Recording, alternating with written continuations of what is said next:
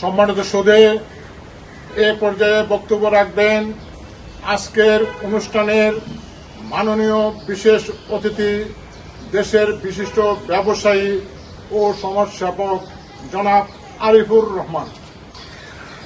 বক্তৃতা প্রশিক্ষণ কেন্দ্র কর্তৃক আয়োজিত বাংলাদেশ শিক্ষানীতি শীর্ষক আলোচনা সভার উপস্থিত সম্মানিত সভাপতি, বিশিষ্ট কবি জনাব শাহজাহান আবদালী, অনুষ্ঠানে উপস্থিত সম্মানিত প্রধান অতিথি, বিশিষ্ট সমাজসেবক ও রাজনীতিবিদ জনাব মোহাম্মদ নুরুন নবী, সবাই উপস্থিত বিশেষ অতিথিবৃন্দ এবং আমার সামনে উপস্থিত শ্রোতাবৃন্দ, আসসালামু আলাইকুম।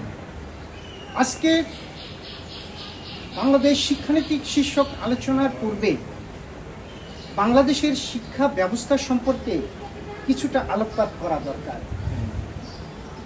বাংলাদেশের শিক্ষা ব্যবস্থা তথা শিক্ষা ব্যবস্থাকে প্রধানত দুইটি শ্রেণীতে বিভক্ত করা যায়। একটা প্রাতিষ্ঠানিক শিক্ষা, আরেকটা হলো অপ্রাতিষ্ঠানিক শিক্ষা। প্রাতিষ্ঠানিক শিক্ষা হলো সেই শিক্ষা যে শিক্ষা অর্জন করতে হলে কোনো প্রতিষ্ঠানের মাধ্যমে করতে হয়। আর অপ্রাতিষ্ঠানিক শিক্ষা এটা পরিবার কেন্দ্রিক, পিতামাতার কাছ থেকে অথবা গৃহশিক্ষক বা গুরুজনের কাছ থেকে যে শিক্ষা গ্রহণ করে সেটাকে অপ্রাতিষ্ঠানিক শিক্ষা হিসেবে অভিহিত করা হয়। কোনো ব্যক্তি প্রাতিষ্ঠানিক কিংবা অপ্রাতিষ্ঠানিক যে শিক্ষাই লাভ করুক না কেন তাকে বলা হয় শিক্ষিত। এই শিক্ষিতকে আবার চারটে শ্রেণীতে বিভক্ত করা যায়। একটা হলো সহশিক্ষিত, 2 নম্বর অল্প শিক্ষিত, 3 নম্বর উচ্চশিক্ষিত, আর 4 নম্বর হলো সুশিক্ষিত। এখন যদি আমি কিছুটা আলোকপাত করছি এই বিষয়গুলোর ব্যাপারে। স্বশিক্ষিত তাকেই বলি যারা কোনো প্রতিষ্ঠানের মাধ্যমে শিক্ষার্জন না করে পরিবার থেকে অথবা গৃহশিক্ষক বা গুরুজনদের কাছ থেকে যে শিক্ষা গ্রহণ করে সেটাকে আমরা স্বশিক্ষিত বলে থাকি। অনেক প্রতিষ্ঠিত ব্যক্তি যারা কোনো প্রতিষ্ঠানের যুক্ত না থেকে বা প্রতিষ্ঠান কর্তৃক শিক্ষিত না হয়ে প্রতিষ্ঠিত হয়েছে, তার মধ্যে মৌলানা আব্দুল হামিদ খান ভাসানী, স্যার নবাব সলিমুল্লাহ উল্লেখযোগ্য। তারা কোনো প্রতিষ্ঠান থেকে শিক্ষা গ্রহণ করেনি। দ্বিতীয়ত অল্প শিক্ষিত, প্রথম শ্রেণী থেকে অষ্টম শ্রেণী পর্যন্ত শিক্ষাকে সাধারণত অল্প শিক্ষিত হিসাবে অভিহিত করা হয়। বর্তমানে সেটা এসএসসি পর্যন্ত বললেও অতিরিক্ত বলা হবে না। 3 নম্বর উচ্চশিক্ষিত, স্নাতক, স্নাতকোত্তর, ডাক্তার, ইঞ্জিনিয়ার, উকিল এরকম পেশাজীবী যারা আছে তাদেরকে উচ্চশিক্ষিত অভিহিত করা হয় এবং দেশ সাধারণত এই উচ্চশিক্ষিতা কর্তৃক পরিচালিত হয়। চতুর্থত হচ্ছে আপনার সুশিক্ষিত। এই সুশিক্ষিত মানুষগুলো সবচেয়ে বিবেকবান হয়, দেশ সমাজের এদের অবদান সবচেয়ে বেশি। এই সুশিক্ষিত এরা স্বশিক্ষিত হতে পারে, অল্প শিক্ষিত হতে পারে, উচ্চশিক্ষিত হতে পারে। এদের মাধ্যমেই দেশ জাতি যেমন উপকৃত হয়, আবার এরাই সমাজে প্রতিষ্ঠিত হয়েছে বহু বহু ক্ষেত্রে দেখা যায়। দেশ ও সমাজ যে মহামানবগুলো দেখেছে তারাই বেশিরভাগ ক্ষেত্রে তারা এই সুশিক্ষিত পর্যায়ে পড়ে। এই হলো বাংলাদেশের শিক্ষা ব্যবস্থা।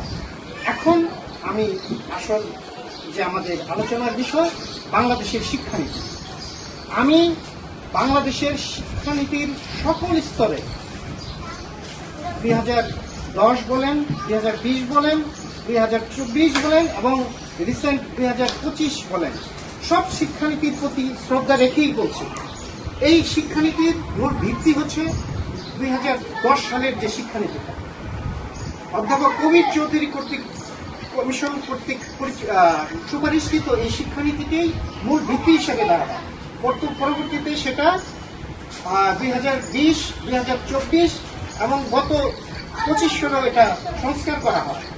সব শিক্ষানীতিতেই মূল উদ্দেশ্য ছিল শিক্ষার মান উন্নয়ন, সাক্ষরতা বৃদ্ধি এবং সময় উপযোগী শিক্ষা ব্যবস্থা গ্রহণ করা। এই শিক্ষানীতি কেন, এই শিক্ষানীতি একটা দেশের কেন করা হয়, এই শিক্ষানীতির একটা লক্ষ্য উদ্দেশ্য থাকে। এর মধ্যে কয়েকটি উদ্দেশ্য আপনাদের সামনে তুলে ধরার প্রয়োজন অনুভব করছি। 1 নম্বর, মানবিক ও নৈতিক মূল্যবোধ।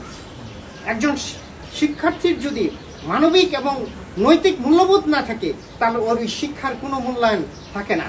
কাজেই এটা একটা গুরুত্বপূর্ণ দিক, মানবিক ও নৈতিক মূল্যবোধ। 2 নম্বর, সার্বজনীন এবং মানসম্মত শিক্ষা ব্যবস্থা। ধর্ম, বর্ণ, লিঙ্গ সব ধরনের জনগণের জন্য মানসম্মত এবং সম পর্যায়ের শিক্ষা ব্যবস্থা প্রবর্তন করা। 3 নম্বর, জ্ঞান ভিত্তিক ও প্রযুক্তি নির্ভর শিক্ষা ব্যবস্থা।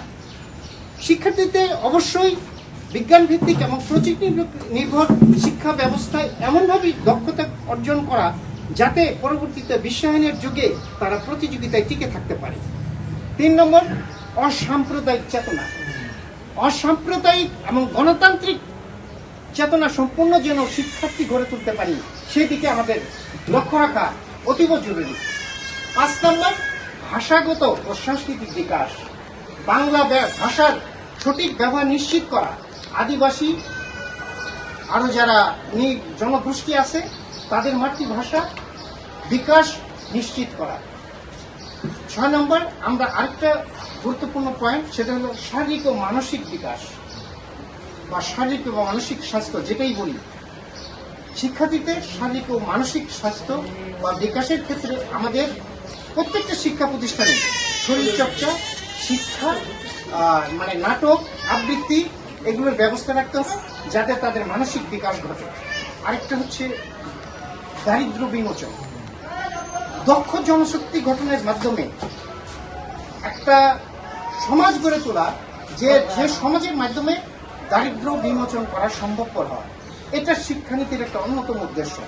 আরেকটা 8 নম্বর যেটা আমি উদ্দেশ্য আমি মনে করি সেটা হচ্ছে দুর্নীতিগ্রস্ত শিক্ষা ব্যবস্থায় যেন দুর্নীতি না থাকে সেটা প্রতিরোধ করা। শিক্ষা ব্যবস্থার প্রতিটি ক্ষেত্রে দুর্নীতি আস্তে পিস্তে ভাবে জড়িত হয়ে আছে। এই দুর্নীতি আমাদের শিক্ষা ব্যবস্থা থেকে দূর করতে হবে। উপরোক্ত আলোচনায় আমরা কিন্তু একটা জিনিসই পাই, সেটা 2010 বলেন, 20 বলেন, 24 বলেন বা 25 বলেন, সব শিক্ষানীতিরই একটাই উদ্দেশ্য, সেটা হলো মানসম্মত শিক্ষা ব্যবস্থা প্রবর্তন, সময় উপযোগী শিক্ষা এবং সুপরিকল্পিত শিক্ষা ব্যবস্থার বাস্তবায়ন। এটা সব শিক্ষা নীতিরই মূল বৈশিষ্ট্য। একটা দেশের উন্নতির মূল চাবিকাঠি হচ্ছে তার শিক্ষানীতিটা কোন পর্যায়ে আছে সেটার উপর। কাজে আমরা যদি পরিশেষে, আমি আর সময় নিব না, পরিশেষে আমরা বলতে পারি, আমরা যদি এই শিক্ষানীতিগুলোর যে লক্ষ্য উদ্দেশ্য রয়েছে সেই লক্ষ্য উদ্দেশ্য যদি সঠিকভাবে বাস্তবায়ন করতে পারি তাহলে অবশ্যই আমরা বাংলাদেশকে একটি উন্নত ও সমৃদ্ধ বাংলাদেশে রূপান্তর করতে পারবো। এই বলে আমি আমার কথা শেষ করছি। আসসালামু আলাইকুম ওয়া রাহমাতুল্লাহি ওয়া বারাকাতুহু।